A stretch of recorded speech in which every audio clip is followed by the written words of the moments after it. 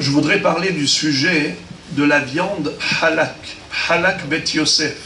Qu'est-ce que c'est que cette histoire de halak bet Yosef? Il y a une différence entre les Ashkenazim et les Sfaradim par rapport à la rigueur que nous avons par rapport au tréphot.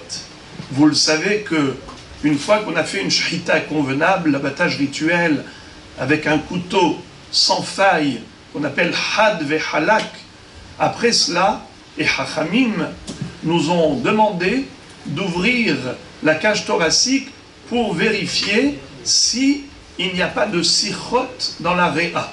Réa, c'est le poumon. Il ne faut pas qu'il y ait d'adhérence, c'est-à-dire des filaments qui sortent de certains endroits du poumon et qui sont collés à d'autres parois, parce que ça peut laisser penser qu'il y avait ici un trou, et ensuite il y a eu des liquides qui sont sortis et qui ont créé cette glu.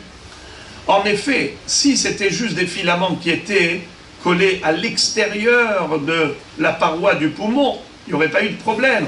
Mais étant donné qu'il se peut qu'il y avait ici un trou, et ensuite il y a eu comme une rustine, comme un bouchon qui s'est créé sur ce trou, eh bien c'est tréfa, parce que ce poumon avait un trou, et on sait qu'une bête qui a un trou dans l'un de ses organes vitaux, elle ne pourra pas survivre au-delà de 12 mois, et de ce fait elle est considérée comme morte vivante.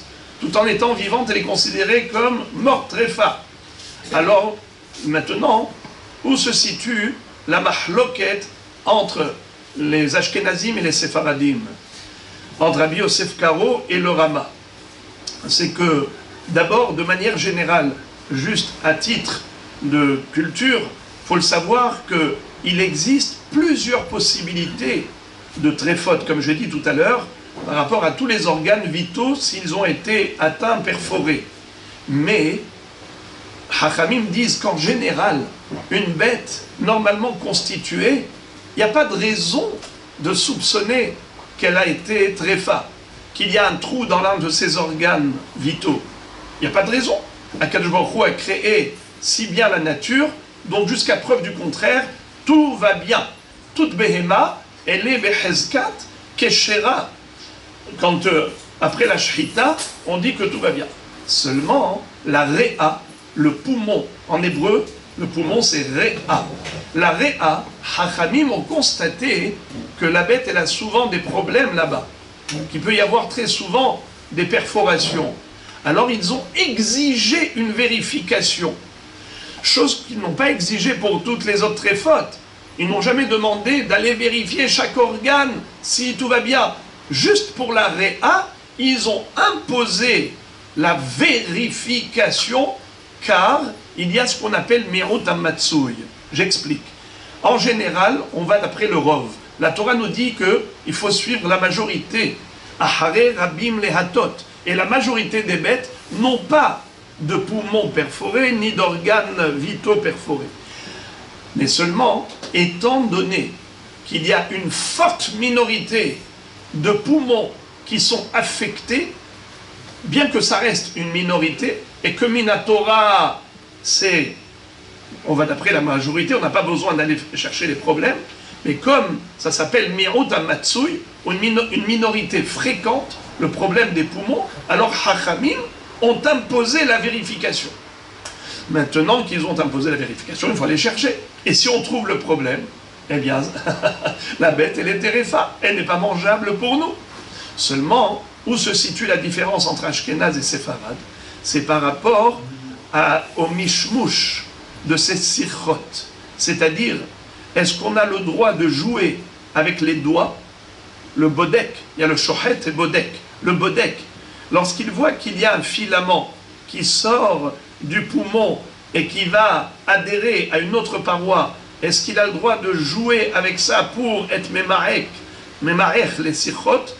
Parce que si il arrive petit à petit à défaire ce filament, pour les Ashkenazim c'est permis, parce qu'ils disent que en réalité c'est pas qu'il y a eu vraiment un trou et qui ensuite a été bouché avec cette rustine, avec cette glu.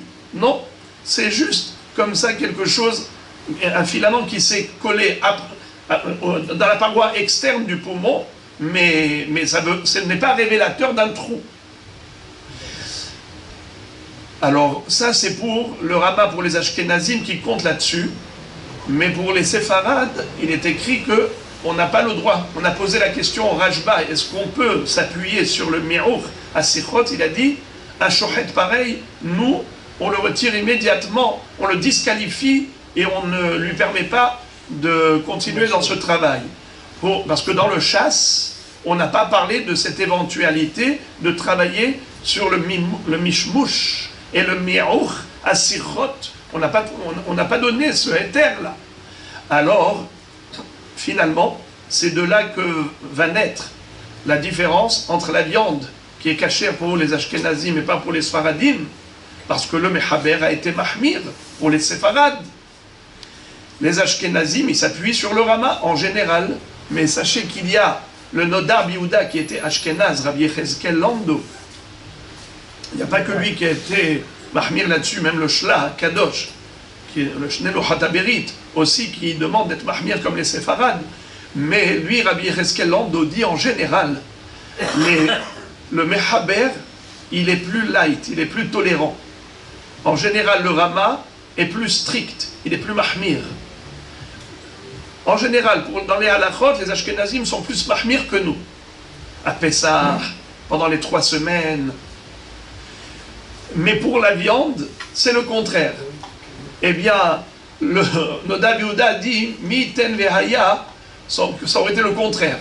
Que nous, les Ashkenazim, on aurait pris toutes les coulottes du Mechaber dans tous les domaines et ça humra au niveau des tréfotes plutôt que de faire l'inverse, c'est-à-dire d'être cool au niveau de la viande et d'être mahmir à Pessah, d'être mahmir dans les 3 semaines et d'autres à la faute, où en général le Rama est toujours plus mahmir, dans les Chotarat Amishpacha et ainsi de suite, dans les lois de pureté familiale. En tout cas, pour les Séfaradim, il faut toujours exiger que la viande soit halak bet Yosef.